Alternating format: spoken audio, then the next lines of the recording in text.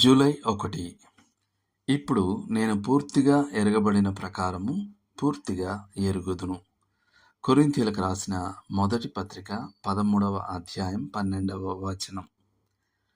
మనము క్రీస్తుని వెంబడించే వారమై ఉన్నాం గనుక పరలోకంలో మన ప్రియులను మనం గుర్తుపట్టగలమా అనే సందేహం సహజమైనది, గ్రహించదగింది అయినప్పటికీ ఈ విషయమై స్పష్టమైన వచనం బైబిల్ గ్రంథంలో లేనప్పటికీ కొన్ని రకాల తర్కాలు మనల్ని సానుకూల నిర్ణయానికి నడిపిస్తాయి. మొదటిది, శిష్యులు యేసు పునరుత్థానుడైన తర్వాత మహిమా శరీరంతో ఉన్న ఆయనను గుర్తుపట్టారు. ఆయన దేహ రూపంలో మార్పు లేదు. ఆయన విషయంలో వారికి ఏమాత్రం సందేహం లేదు. ఈయనే యేసు అనే విషయం వారికి స్పష్టమైంది. దీని నుండి మనం గ్రహించగల విషయం ఏమిటంటే, పరలోకంలో మన ప్రియులు విభిన్న విశిష్ట లక్షణాలతోనే ఉంటారని భావించవచ్చు. మనమందరం ఒకేలా, అంటే ఒకే రూపంతో లేక ఒకే పోలికలో కనిపిస్తామని ఎటువంటి సూచన కానీ ఆధారం కానీ లేదు.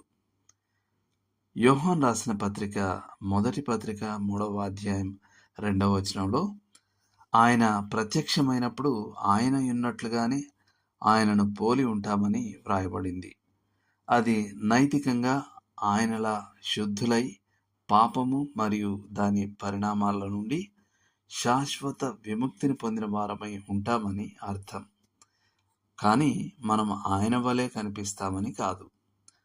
రెండవది ఏమిటంటే, మనము ఈ లోకంలో ఒకరిని ఒకడు ఎరిగి ఉన్నట్లు పరలోకంలో తక్కువగా ఎరిగి ఉంటామని ఎక్కడా చెప్పబడలేదు. ఇక్కడ మనం ఒకరిని ఒకడు గుర్తించగలుగుతున్నప్పుడు పరలోకంలో గుర్తించలేమనే అనుమానానికి తావులేదు. అంచేత మనము ఇప్పుడు ఏ రీతిగా ఎరగగలుగుతున్నామో ఆ ప్రకారమే అప్పుడు కూడా గుర్తించగలం. తెస్సలోనికైలు పరలోకంలో తనకు ఏ రీతిగా ఉండబోతున్నారో పౌలు ఎరిగినవాడుగా వారు తన నిరీక్షణ, ఆనందం మరియు అతిశయ కిరీటంగా ఉంటారని చెప్పాడు. తెస్సలోనికైలకు రాసిన మొదటి పత్రిక 2వ అధ్యాయం 19వ వచనం. బైబిల్లో మనకు మరికొన్ని సూచనలు కనబడుతున్నాయి. అవేమిటంటే, మనము ఎన్నడూ ఎప్పుడూ చూడని వ్యక్తులను కూడా మనం గుర్తించగల సామర్థ్యం కలగబోతుంది. ఉదాహరణకు, పేతురు, యాకోబు, యోహాను ఈ ముగ్గురు శిష్యులు రూపాంతర కొండ మీద మహిమలో మోషేను మరియు ఏలియాను తాము ఎప్పుడూ చూడకపోయినను గుర్తించగలిగారు. మత్తయి సువార్త 17వ అధ్యాయం 4వ వచనం.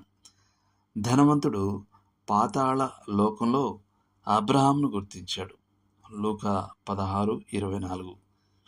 యేసు యూదులతో ఇలా చెప్పాడు: మీరు అబ్రహామును, ఇస్సాకును, యాకోబును, ప్రవక్తలందరినీ దేవుని రాజ్యంలో చూస్తారు. లూకా 13:28. మనము మన ధనాన్ని జ్ఞానయుక్తంగా వినియోగించి స్నేహితుల్ని సంపాదించుకోవాలని చెప్పబడింది.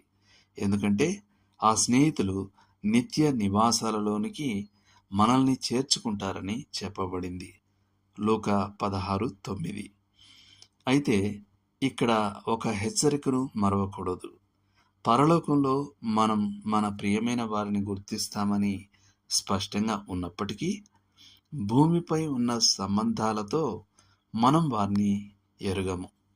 ఉదాహరణకు, భార్యాభర్తల సంబంధం ఇకపై ఉండదు అని మత్తయి 22:30లో పునరుత్థానమందు ఎవరునూ పెళ్లి చేసుకొనరు, పెళ్లికి ఇయ్యబడరు అని చాలా స్పష్టంగా మన రక్షకుడైన యేసు ద్వారా చెప్పబడింది.